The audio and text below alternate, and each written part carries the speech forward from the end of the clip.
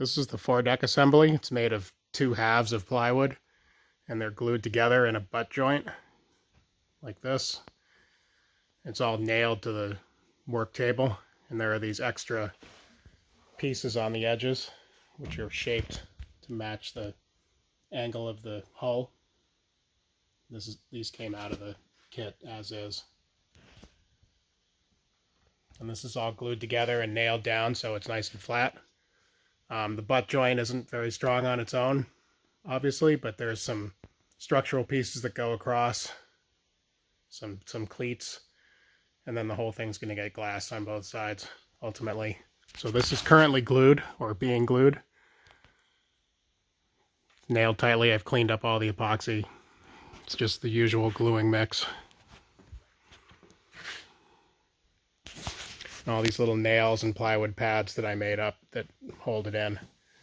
I might have used screws if I'd been conceiving this, but I did what the manual said. I'm not really a big fan of nails, but maybe there's a reason that I don't know. In any case, that's what I did. So that's the beginnings of the foredeck. The foredeck is now fully assembled on the bottom side. This is the underside. The next steps after butt gluing the center seam was to cut and install these cleats here, transverse on either side of the hatch opening, and then these larger cleats on this so-called seat tongue, which is going to stick out after the main bulkhead, and that's where you actually sit to row the boat. So those are all epoxied in place, temporarily secured with these nails. And then the aft 6 inches of that seam, you can see the lines on the peel ply showing where it ends. And then the full forward seam is glassed with a piece of 2-inch tape and covered with peel ply. And there's a few steps. There's a hatch combing and a hatch cover that go in there.